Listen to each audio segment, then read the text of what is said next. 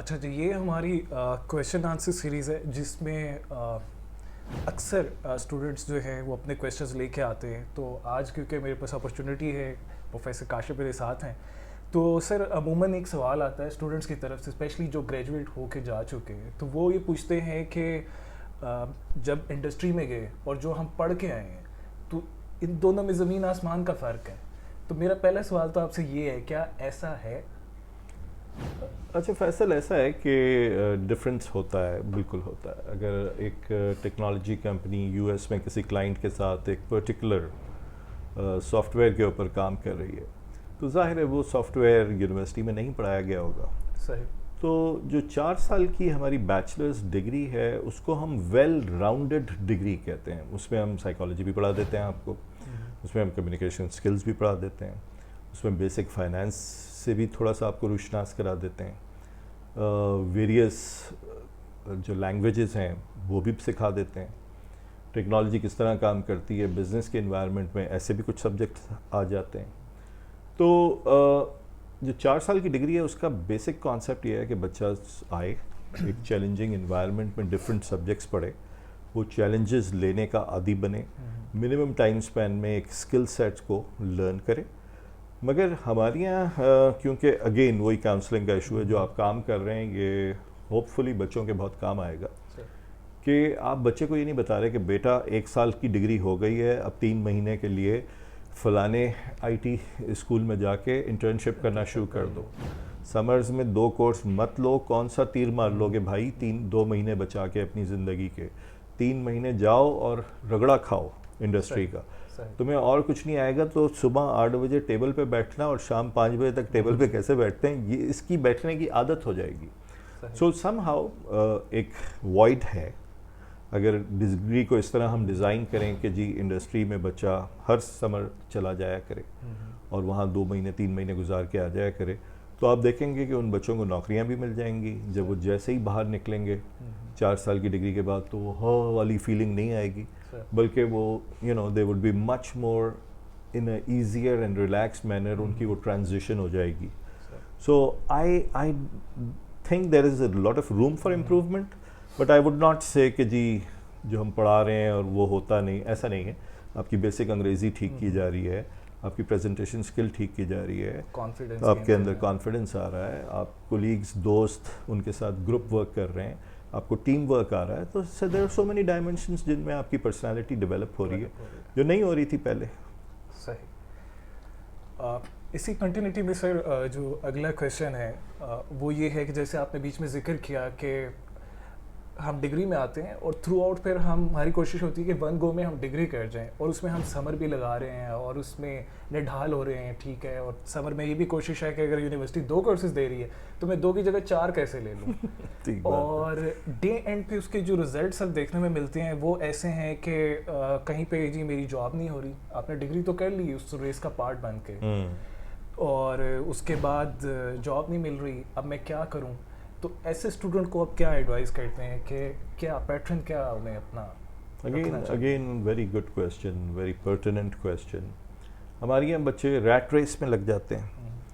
फैसल साहब ने जी बीए कर लिया है, मैं भी बीबीए कर लेता हूँ। फैसल साहब ने एमबीए कर लिया है, मैं भी एमबीए कर लेता हूँ। फैसल साहब ने एमएस में एडमिशन ले लिया है, मैं भी एडमिशन ले लेता हूँ। अरे भाई तुम क्या चाहते हो? जी मेरा इंटरेस्ट तो जूतों में था। तो यार तुम जूते बनाने के बारे में नहीं सोच सकते?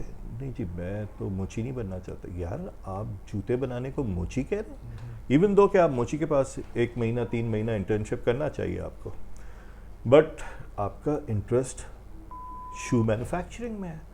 आपने बेसिक बीबीए की डिग्री हासिल कर ली, अब आपको पढ़ने की कोई ज़रूरत नहीं है मेरे भाई। आपने 4 साल यूनिवर्सिटी में लगा लिए हैं, अब आपको रेस का हिस्सा बनने की ज़रूरत नहीं है। अब आप वो करना चाहते हैं जो इनका आपकी ख्वाहिश है, आपका मन है। आप जाएं देखें हैंडमेड शूज़ कौन बना रहा है पाकिस्तान में। आप मारखोर वालों के साथ इंटर्नशिप करें। एक लड़का लड़की आज अमेरिका एक्सपोर्ट कर रहे हैं, उन्होंने 6-8 साल उस इंडस्ट्री में लगाए, उन्होंने चीज़ को समझा है, आज कई हज़ार डॉलर वो कमा रहे हैं। तो आप उनसे मिलें, आप ऐसे लोगों के साथ उठे बैठें, आप जाके NICs में नेशनल इंक्यूबेशन सेंटर में पिच करें। आप वहाँ पे बिज़नेस के आइडियाज़ के ज़रिए एंटर हो सकते हैं, साल 6 महीना वहाँ गुजार सकते हैं। That is your place to go in future. आप वही रेस का हिस्सा बनने में लगे हुए हैं कि बस किसी तरह मैं 2 महीने बचा लूँ, 3 महीने बचा लूँ, एंड देन आप बिल्कुल ठीक कह रहे हैं, वो बच्चे 3 महीने, 6 महीने, कभी कभी साल उन्हें नौकरी नहीं मिल रही होती है। क्यों? क्योंकि उन्होंने अपनी प्रैक्टिकल और अपनी एजुकेशन को अलग अलग समझ लिया। इन दोनों चीज़ों का ब्लेंड करना चाहिए था। अगेन वही काउंसलिंग का इशू है, अगेन वही है कि आपने डिग्री को डिज़ाइन इस तरह क्यों नहीं कर लेते कि बच्चे उस इंटर्नशिप के लिए उन्हें जाना ही जाना पड़े। तो उनकी ऑटोमेटिकली जब इंडस्ट्री के लोगों से मुलाकात होगी तो उन्हें करंट ट्रेंड्स का भी पता चल जाएगा, उन्हें ये भी पता चल जाएगा कि मैं तो अभी कहीं खड़ा ही नहीं हूँ। वो सर्टिफिकेशनें भी करना शुरू कर देंगे बच्चे, और ऑटोमेटिकली वो जब लोगों से डिस्कशन करेंगे तो उन्हें अच्छी गाइडेंस मिल जाएगी। सही। आपकी बात से सर मुझे याद आता है कि यूनिवर्सिटी में जब भी हमारे गेस्ट स्पीकर सेशन होते थे, एक तो ये है कि एंड ऑफ द डिग्री हमने इंडस्ट्री में जाना, लेकिन मैंने एक जो ट्रेंड देखा है कि शायद किसी हद तक हम खुद भी इनिशिएटिव नहीं लेना चाहते। गेस्ट स्पीकर सेशन है, जैसे सपोज ये चाय खाना के जो ओनर हैं उनको हमने बुला लिया कि वो आके टॉक दे दें, और उसके बाद हाल भरो तहरीक है कि स्टूडेंट्स को पकड़ पकड़ के लेके आना, ठीक है, क्योंकि जो डिग्री का टाइम चल रहा होता है उस दौरान स्टूडेंट खुद भी वहाँ बैठना नहीं चाहेगा। हाँ, अगर कोई कॉन्सर्ट हो रहा है, कोई सिंगर आ रहा है और वो भी वेल फेम्ड और वेल नाउन सिंगर है तो लोग आएंगे। तो अब तो ये हालात हो गए हैं, तो ऐसे में आप स्टूडेंट्स को क्या एडवाइस करते हैं? देखिए, बैलेंस जो है ना वो सबसे मुश्किल काम है ज़िंदगी में। और ये जो आप बातें कर रहे हैं इसका ये मतलब नहीं है कि हम बहुत अच्छे थे और ये स्टूडेंट्स बहुत बुरे हैं। हम भी इन्हीं की तरह थे, हमने भी बहुत टाइम वेस्ट किया, हमें भी वो काउंसलिंग नहीं मिली, हमें भी वो गाइडेंस नहीं मिली, हमें भी वो मेंटोर नहीं मिला। मिल जाते तो शायद हम सब अपनी पोटेंशियल से कहीं और आगे होते। सो सेइंग दैट, जो बच्चे जनरली अंडर प्रिविलेज्ड माहौल से आते हैं, जिसकी वालदा सिलाई करती है और बमुश्किल तमाम फ़ीस देती है, वो बच्चे आज भी मैं यूनिवर्सिटी में देखता हूँ कि उनका जो सोच का पैटर्न है वो बहुत डिफरेंट होता है, और वो हर वक्त कोशिश और जुस्तजू में लगे होते हैं कि उन्हें कोई ब्रेक थ्रू मिल जाए। बट जिस बच्चे को उनके बाप ने 15 लाख की गाड़ी BBA स्टार्ट करने पे दे दी है और उसकी जेब में हर वक्त वॉलेट में 1000-2000 रुपये फेंकने के लिए होते हैं, वो ज़ाहिर है इन चीज़ों में इतना ज़्यादा इंटरेस्टेड नहीं होता, क्योंकि उसे लगता है कि मैं यहाँ तो सिर्फ टाइम पास करने के लिए आया हूँ, बाद में तो मुझे बाप के दफ्तर में बैठना है। सो दोनों इश्यूज़ हैं कि हम काउंसलिंग भी नहीं दे रहे और आपकी पर्सनल मोटिवेशन भी नहीं है। और अगर हमारे बच्चों में ये चीज़ उन्हें समझ आ जाए कि जी बाप का बिज़नेस यहाँ है, मैं अपनी इस पढ़ाई से यहाँ ले जा सकता हूँ। आज आप तहज़ीब को देखें, उन्होंने अपने बच्चों को पढ़ाया है, उन्होंने कभी जहन में नहीं आ रहा उस पर्टिकुलर ब्रांड का क्या नाम है, मगर उन्होंने अब डाइवर्सिफाई किया है। एक बच्चा जो बाहर से पढ़ के आया है उसने एक कैचअप का वो इनिशिएटिव लिया है। हम शुरू में देखते थे वो सिर्फ तहज़ीब की दुकानों में वो कैचअप का पैकेट पड़ा होता था, पता नहीं किनैप या कुछ इस तरह का उसने नाम रखा है, मगर अब मैं देख रहा हूँ कि डिफरेंट स्टोर्स में वो सप्लाई उसकी शुरू हो गई है। तो आज उस बच्चे ने अपने फैमिली बिजनेस की को एक्सपैंड करना शुरू कर दिया ना, अपनी तालीम की वजह से, उस विज़न की वजह से जो उसको मिला है। तो ऐसे बच्चों को भी विज़न होना चाहिए कि जी हमें अपनी छोटी सी जो ऑर्गेनाइजेशन है जिसमें 10 लोग एम्प्लॉयड हैं, तो मैं पाकिस्तान की एक ऐसी ऑर्गेनाइजेशन क्यों ना बनाऊं कि इसमें 1000 लोग एम्प्लॉयड हों या 10,000 लोग एम्प्लॉयड हों।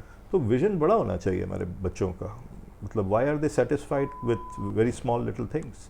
अब हमारी आईटी की कंपनी अगर 100 की हो जाए तो हम उसे बहुत बड़ी आईटी की कंपनी कहते हैं पाकिस्तान में। इंडिया में एवरेज आईटी कंपनीज 2-3 हज़ार लोगों की होती है एवरेज।